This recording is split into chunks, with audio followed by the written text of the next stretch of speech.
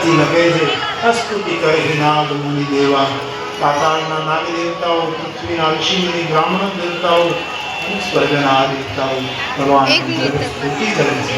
અને બરાબર મધ્યાહનનો સમય થયો અને તુલસીદાસજી કહે કૌશલ્યાના ભવનમાં એક પ્રકાશ અવતર્યો છે. જે દર્શન કરતા તુલસી લખે સુર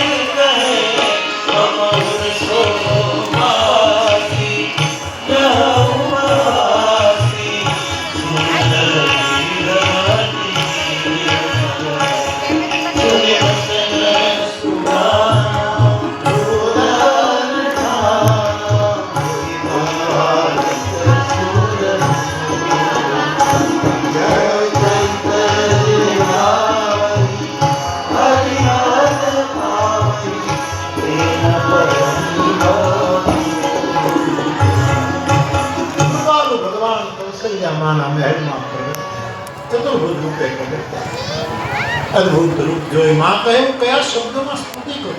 તારે ચાર હાથ મારે બે હાથ, કેમ સ્તુતિ કરો?